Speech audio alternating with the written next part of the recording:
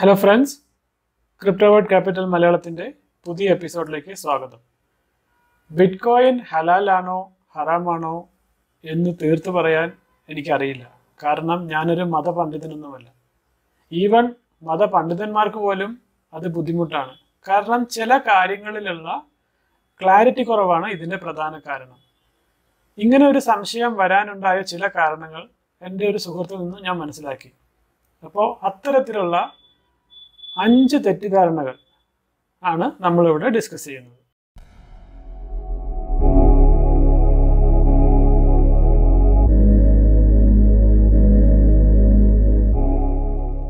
ഈ വീഡിയോയിൽ പറയുന്ന കാര്യങ്ങൾ തികച്ചും എഡ്യൂക്കേഷനും എൻ്റർടൈൻമെൻറ്റിനും വേണ്ടി മാത്രമുള്ളതാണ്. ക്രിപ്റ്റോ ഒരു അൺറെഗുലേറ്റഡ് അസറ്റ് ക്ലാസ് ആയതുകൊണ്ടും ഹൈലി വോളറ്റൈൽ ആൻഡ് റിസ്കി ആയതുകൊണ്ടും nothing in this video should be treated as a financial advice. Bitcoin 100% ഒരു ഡിജിറ്റൽ കറൻസി ആയതുകൊണ്ടും അതിന് ഒരു കറക്റ്റായിട്ടൊരു ഇഷ്യൂവർ ഇല്ലാത്തത് കൊണ്ടും തന്നെ പലതരത്തിലുള്ള പ്രചാരങ്ങളാണ് ഉള്ളത്. കൂനിന്മേൽ കുരു എന്ന പോലെ തുടക്കകാലത്ത് ഇത് ക്രിമിനൽ ആക്ടിവിറ്റിക്കും ഒരുപാട് ഉപയോഗിച്ചിട്ടുണ്ട്. അതുകൊണ്ട് ഫുൾ കൺഫ്യൂഷൻ. അതായത് ഇത് എവിടെ നിന്ന് വരുന്നു, ആരുണ്ടാക്കുന്നു, എന്തുകൊണ്ട് കൊള്ളക്കാർ ഇതിനെ കൂടുതൽ ആശ്രയിക്കുന്നു, ഇതിൻ്റെ വിലയാണെങ്കിലോ ഒരു ദിവസം 100 രൂപ, അടുത്ത ദിവസം 10 രൂപ. Total chaos. തുടക്കകാലത്ത് ആർക്കും ഒരു പിടിയും കിട്ടിയില്ല. കാരണം നമ്മളെല്ലാം ടാഞ്ചിബിൾ ആയിട്ടുള്ള സാധനങ്ങൾ, കാണാൻ പറ്റുന്ന സാധനങ്ങളാണ് കണ്ട് ശീലിച്ചിട്ടുള്ളത്. 100% ഡിജിറ്റൽ ആയിട്ടുള്ള ഒരു പ്രൊഡക്റ്റ് എന്ന് പറയുന്നത് ഭൂരിഭാഗം പേർക്കും അപരിചിതമായിരുന്നു. അതുകൊണ്ട് തന്നെ ഒരുപാട് കൺഫ്യൂഷൻസും ഡിസ്കഷൻസും അതിന് വഴിതെളിച്ചു. അപ്പോൾ അത്തരത്തിലുള്ള ഒരു 5 മിത്തുകളാണ് നമ്മൾ ഡിസ്കസ് ചെയ്യുന്നത്. ഹോപ്പ്ഫുള്ളി അതിൻ്റെ എൻഡിൽ നിങ്ങൾക്ക് കുറച്ചുകൂടി ക്ലാരിറ്റി കിട്ടും. അതായത് ബിറ്റ്കോയിൻ ഹറാമാണോ ഹലാലാണോ എന്നുള്ളതിനൊരു ആൻസർ കിട്ടുമെന്നല്ല ഞാൻ പറയുന്നത്. പക്ഷെ വേറെ ആരെങ്കിലും ഇത്തരത്തിലുള്ള ഒരു ആർഗ്യുമെന്റുമായിട്ട് വന്നാൽ അതിൻ്റെ റിയാലിറ്റി എന്താണെന്ന് പറഞ്ഞു കൊടുക്കാനുള്ള ഒരവസ്ഥയിലേക്ക് നിങ്ങൾ എത്തുമെന്ന് ഞാൻ വിശ്വസിക്കുന്നു. സോ നമുക്ക് തുടങ്ങാം. ഒന്നാമത്തെ confusion, bitcoin is made from thin air. അതായത് ഈവൻ US പ്രസിഡന്റായ ഡൊണാൾഡ് ട്രംപ് പോലും ഒരിക്കൽ പറഞ്ഞു money can be made from thin air, bitcoin is an example എന്ന്. അതിന് നോ ഇൻട്രിൻസിക് വാല്യൂ. അതായത് നമ്മൾ പറയുന്ന സ്റ്റോർ ഓഫ് വാല്യൂ ആയിട്ടുള്ള ഗോൾഡ് ആയാലും സിൽവർ ആയാലും അതിന് ആ ഒരു മെറ്റീരിയൽ വിലയുണ്ട്, മെറ്റീരിയൽ വാല്യൂ ഉണ്ട്. അപ്പോൾ അത് തന്നെ ഒരു ഗ്യാരണ്ടിയാണ്. എന്തെങ്കിലും പറ്റിയാൽ ആ കോയിൻ, ആ കറൻസി നമുക്ക് വിറ്റ് നമുക്ക് ക്യാഷ് ഉണ്ടാക്കാം എന്നുള്ളത്. അതാണ് ഗോൾഡ്, സിൽവർ അങ്ങനെയുള്ള മെറ്റീരിയൽ ആയിട്ടുള്ള സാധനങ്ങളുടെ ഇത്. അപ്പോൾ ബിറ്റ്കോയിൻ കാണാൻ പറ്റില്ല നമുക്ക്, അതുകൊണ്ട് അതിന് വിലയില്ല. അതൊരു സാധാരണക്കാരന്റെ പെർസ്പെക്റ്റീവിൽ നിന്ന് ശരിയാണ്. പക്ഷേ ഇത് ഉണ്ടാക്കുന്നത് എങ്ങനെയാണെന്നും ബിറ്റ്കോയിൻ മൈനിങ് എന്താണ്, അതിന് വേണ്ടുന്ന നോഡുകൾ എന്താണ് എന്നൊക്കെ നമ്മൾ പ്രീവിയസ് വീഡിയോയിൽ കണ്ടു. അത് നിങ്ങൾ കണ്ടിട്ടില്ലെങ്കിൽ please watch how a bitcoin is mined. അപ്പോൾ നിങ്ങൾക്ക് മനസ്സിലാകും. അതിനുവേണ്ടി നമ്മൾ ഏസിക് മൈനിങ് എക്യുപ്മെന്റ്സ് മേടിക്കണം, മൈനിങ് റിഗ്സ് സെറ്റപ്പ് ചെയ്യണം, വലിയ വെയർ ഹൗസ് അത് സെറ്റപ്പ് ചെയ്യണം, ഇലക്ട്രിസിറ്റി കണ്ടിന്യൂസ്ലി പ്രൊവൈഡ് ചെയ്യണം, അത് മെയിൻറ്റെയിൻ ചെയ്യാനായിട്ടുള്ള ആൾക്കാർ വേണം, ടെക്നീഷ്യൻസ് വേണം, അതിൽ നിന്നുണ്ടാക്കുന്ന ഹീറ്റ് ഡിസിപ്പേറ്റ് ചെയ്യാനുള്ള ഹീറ്റ് ഡിസിപ്പേഷൻ മെത്തേഡ്സ് വേണം. ഇങ്ങനെ കുറേ ഇൻവെസ്റ്റ് ചെയ്ത് ഒരു ഓവർ എ പീരീഡിലാണ് ഒരാൾ ഒരു ബിറ്റ്കോയിൻ മൈൻ ചെയ്തെടുക്കുന്നത്. അത് കാണാൻ പറ്റില്ല എന്നേ ഉള്ളൂ. അത് ജനറേറ്റ് ചെയ്തെടുക്കുന്നതിന് അതിനൊരു ഡെഫിനറ്റ്ലി അതിൻ്റെ പിന്നിൽ ഒരു ഇൻവെസ്റ്റ്മെന്റ് ഉണ്ട്, അതിൻ്റെ പിന്നിൽ ഒരു എഫേർട്ട് ഉണ്ട്, അതിന് ഒരു set type of intrinsic value ഉണ്ട്. ആ വാല്യൂ എന്താണെന്ന് വെച്ചാൽ നമ്മൾ അതിനു വേണ്ടി ഇറക്കുന്ന ലേബറിൻ്റെയും ഇലക്ട്രിസിറ്റിയുടെയും മെഷീൻ കോസ്റ്റിൻ്റെയും മെയിൻ്റനൻസിൻ്റെയും ചാർജ് അതിൻ്റെ വിലയാണ്. ആസ് പെർ ടുഡേയ്സ് എസ്റ്റിമേറ്റ് ഒരു BTC മൈൻ ചെയ്തെടുക്കുന്നതിന് വേണ്ടുന്ന ബെയർ മിനിമം കോസ്റ്റ് എന്ന് പറയുന്നത് $17,000 ആണ്. അതിലും കുറഞ്ഞ് നമുക്ക് BTC മൈൻ ചെയ്തെടുക്കാൻ പറ്റില്ല. രണ്ടാമത്തെ മിത്ത്, ക്രിപ്റ്റോ കറൻസിയും ബിറ്റ്കോയിനും മെജോറിറ്റി ആയിട്ട് ഉപയോഗിക്കുന്നത് ക്രിമിനൽ ആക്ടിവിറ്റിക്ക് എന്നാണ്. അത് ഒരു പ്രചരണം മാത്രമാണ്. ഈ ആർഗ്യുമെന്റ് ശരിയാവണമെങ്കിൽ ലോകത്ത് എത്രത്തോളം ക്രിമിനൽ ആക്ടിവിറ്റി നടക്കുന്നുണ്ടെന്നും അതിൽ എത്ര % ബിറ്റ്കോയിൻ എന്നും നമ്മൾ മനസ്സിലാക്കണം. അതിനായി നമുക്ക് ഏറ്റവും അടുത്ത് നടന്ന ഒരു 4-5 മാസം മുമ്പ് നടന്ന ഒരു സർവേ പ്രകാരമുള്ള റിപ്പോർട്ട് നോക്കാം. ഇത് ബിറ്റ്കോയിൻ പബ്ലിക് ബ്ലോക്ക് ചെയിൻ ആണെന്നും എല്ലാ ട്രാൻസാക്ഷൻസും നമുക്ക് വാലിഡേറ്റ് ചെയ്യാമെന്നും നമ്മൾ പഠിച്ചു. ബ്ലോക്ക് ചെയിൻ ഡാറ്റ അനലൈസ് ചെയ്ത് എടുത്ത റിപ്പോർട്ടാണിത്. Let's dive deep. നോക്കൂ, എന്താണ് ഇതിൽ പറയുന്നത്? അതായത് ഇതിലെ ഇല്ലിസിറ്റ് വോളിയം, അതായത് ക്രിമിനൽ ആക്ടിവിറ്റിക്ക് ഉപയോഗിച്ച ബിറ്റ്കോയിന്റെ വോളിയം 20 ബില്യൺ 2022 മാക്സിമം എത്തി. ഓക്കെ, അതിന്റെ ഏതൊക്കെ സബ് കാറ്റഗറി ആണ് എന്നുള്ളത് ഈ ചാർട്ടിൽ നിങ്ങൾക്ക് ഡീറ്റെയിൽഡ് ആയിട്ട് മനസ്സിലാക്കാൻ പറ്റും. ഏതൊക്കെ കാറ്റഗറിയാണ് എത്രത്തോളം ചിലവാക്കുന്നുള്ളത്. പക്ഷെ പോയിന്റ്, ബിറ്റ്കോയിന്റെ മൊത്തം, അതായത് ക്രിപ്റ്റോ ഇൻഡസ്ട്രിയുടെ മൊത്തം വോളിയത്തിന്റെ 2% പോലും ക്രിമിനൽ ആക്ടിവിറ്റിക്ക് വേണ്ടി ഉപയോഗിക്കുന്നില്ല.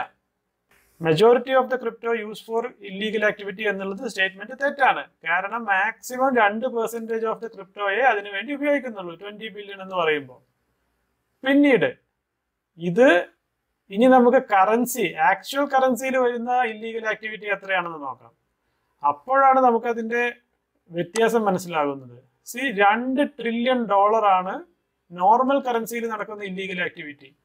$2 ട്രില്യൺ ഇല്ലിസിറ്റ് ആക്ടിവിറ്റി നോർമൽ കറൻസിയിൽ നടക്കുമ്പോൾ അതിന്റെ വെറും 1% ആയ 20 ബില്യൺ മാത്രമേ ക്രിപ്റ്റോയിൽ നടക്കുന്നുള്ളൂ.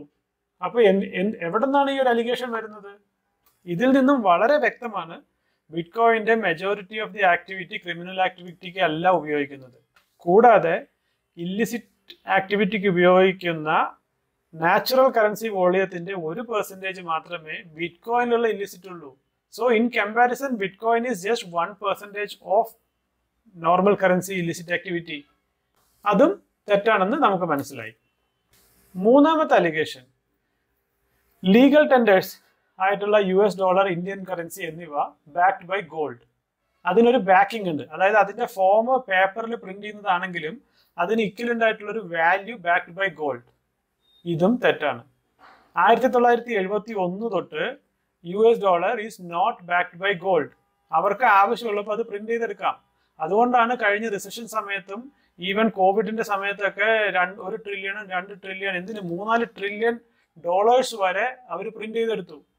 ഒരു 3 മാസം കൊണ്ടൊക്കെ 5 ട്രില്യൺ ഒക്കെയാണ് പ്രിന്റ് ചെയ്ത് മാർക്കറ്റിലേക്ക് ഇറക്കിയത്.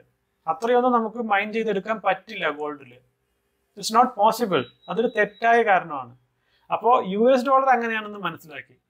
അപ്പോൾ നിങ്ങൾക്കൊരു സംശയം ഉണ്ടാകും, ഇന്ത്യൻ കറൻസി ഗോൾഡ് ബാക്ക്ഡ് അല്ലേ എന്ന്. അല്ല ഗൈസ്, ഇന്ത്യൻ കറൻസിയുടെ 100% ഗോൾഡ് ബാക്കിംഗ് ഇല്ല. ഞാൻ ഇങ്ങനെ പറയുമ്പോൾ നിങ്ങൾ വിചാരിക്കും ഇവൻ എന്ത് മണ്ടത്തരമാണ് വിളിച്ചു പറയുന്നതെന്ന്. എന്നാൽ നമുക്കത് RBIയുടെ സൈറ്റിൽ നിന്ന് വെരിഫൈ ചെയ്യാവുന്നതാണ്. ഇതാ, ഞാനിപ്പോൾ RBIയുടെ വെബ്സൈറ്റിലാണ്, അവരുടെ ആനുവൽ റിപ്പോർട്ട് സെക്ഷനിലാണ്. നമുക്ക് 2022-23 RBI റിപ്പോർട്ട് എടുക്കാം. RBIയുടെ സൈറ്റിൽ 2023 റിപ്പോർട്ട് നോക്കിയാൽ നമുക്ക് മനസ്സിലാകും, they have released 33 trillion notes has been issued. അതിന് വേണ്ടിയിട്ടുള്ള ഗോൾഡ് എത്രയാണ് ഇഷ്യൂ ചെയ്തിരിക്കുന്നത്? വെറും 1.4 ട്രില്യൺ. അതായത് ജസ്റ്റ് 3% മാത്രമേ ഉള്ളൂ. So it is not backed. Bitcoin ഒരു ഗാംബ്ലിംഗ് ആണെന്നുള്ളൊരു തെറ്റിദ്ധാരണയുണ്ട്. സാധാരണക്കാരുടെ ഇടയിൽ അങ്ങനെ ഒരു ധാരണ വരാനുള്ള കാരണം അതിന്റെ പ്രൈസ് ഫ്ലക്ച്വേഷൻസ് ആണ്. കാരണം നമ്മൾ എല്ലാവരും ക്രിപ്റ്റോ മാർക്കറ്റിലെ ഇൻസൈൻ മാർക്കറ്റ് ഫ്ലക്ച്വേഷൻസ് കണ്ടിട്ടുള്ളതാണ്. അതിന്റെ പ്രധാന റീസൺ എന്ന് പറയുന്നത് ഒന്നാമത് ബിറ്റ്കോയിന്റെ സ്കേഴ്സിറ്റിയും രണ്ടാമത് അതിന്റെ ഇടയ്ക്കിടയ്ക്ക് വരുന്ന ഒരു സർജിൻ ഡിമാൻഡുമാണ്. മെയിൻ ആയിട്ടുള്ള റീസൺ ബിറ്റ്കോയിൻ ഹാവിംഗ് ആണ്. ഇതൊക്കെ നമ്മൾ പ്രീവിയസ് വീഡിയോയിൽ കണ്ടിട്ടുള്ളതാണ്, അതുകൊണ്ട് ഞാൻ കൂടുതൽ പറയുന്നില്ല. പക്ഷേ it's A pure game of demand and supply and hype about the technology disruption. അല്ലാതെ ഇതൊരു ഗാംബ്ലിംഗ് അല്ല. അപ്പൊ ഇതും തെറ്റാണെന്ന് നമ്മൾ മനസ്സിലാക്കി കഴിഞ്ഞു. അഞ്ചാമത്തെ ഇത് പറയുന്നത് ഇതിനെ ഗവൺമെന്റ് സപ്പോർട്ട് ഇല്ല, ഗവൺമെന്റ് ഇതിനെ ബാക്ക് ചെയ്യുന്നില്ല എന്നുള്ളത്. സോ ഇത് ഏറെക്കുറെ ശരിയാണ്. തുടക്കകാലത്ത് ഗവൺമെന്റിനും ഒരുപാട് കൺഫ്യൂഷൻസ് ഉണ്ടായിരുന്നു. They want to protect the people. കാരണം ഗവൺമെന്റിന്റെ ലീഗൽ ടെൻഡർ ഒരു സ്ഥലത്ത് ഇങ്ങനെ നിൽക്കുമ്പോൾ അതിന് പാരലൽ എക്കണോമി ആയിട്ട് ബിറ്റ്കോയിൻ വളർന്നു വരികയാണ്. അപ്പൊ അതിന്റെ ഒരു ഇമ്പാക്ട് അല്ലെങ്കിൽ ഗവൺമെന്റിന്റെ ഒരു പവർഫുൾ വെപ്പൺ ആയിട്ടുള്ള കറൻസിയിൽ മേലുള്ള കടന്നുകയറ്റം ഗവൺമെന്റിന്റെ സ്റ്റെബിലിറ്റിനെ എങ്ങനെ ബാധിക്കുമെന്ന് അറിയാതിരുന്നത് കൊണ്ട് ഗവൺമെന്റ് ഹാസ് ബാൻഡ്. ഗവൺമെന്റ് പലപ്പോഴും അതിനെ ബാൻ ചെയ്യാൻ ശ്രമിച്ചിട്ടുണ്ട്. പക്ഷേ റീസെന്റ് ചില കൺട്രികളൊക്കെ അതിന്റെ പൊട്ടൻഷ്യൽ മനസ്സിലാക്കി അതിനെ ലീഗൽ ടെൻഡറായിട്ട് അക്സെപ്റ്റ് ചെയ്യുകയും അവരുടെ റിസർവ് ബാങ്കിലേക്ക് അതാത് രാജ്യത്തിന്റെ റിസർവ് ബാങ്കിലേക്ക് ബിറ്റ് കോയിൻ ആഡ് ചെയ്യുകയും ചെയ്യുന്നുണ്ട്. ഒരു എക്സാമ്പിൾ, എൽ സാൽവഡോർ എന്ന് പറയുന്ന ഒരു രാജ്യമുണ്ട്. അവിടെ ബിറ്റ് കോയിൻ ലീഗൽ ടെൻഡറുമാണ്, അവിടുത്തെ നേറ്റീവ് കറൻസി ബിറ്റ് കോയിൻ ബാക്ക്ഡുമാണ്.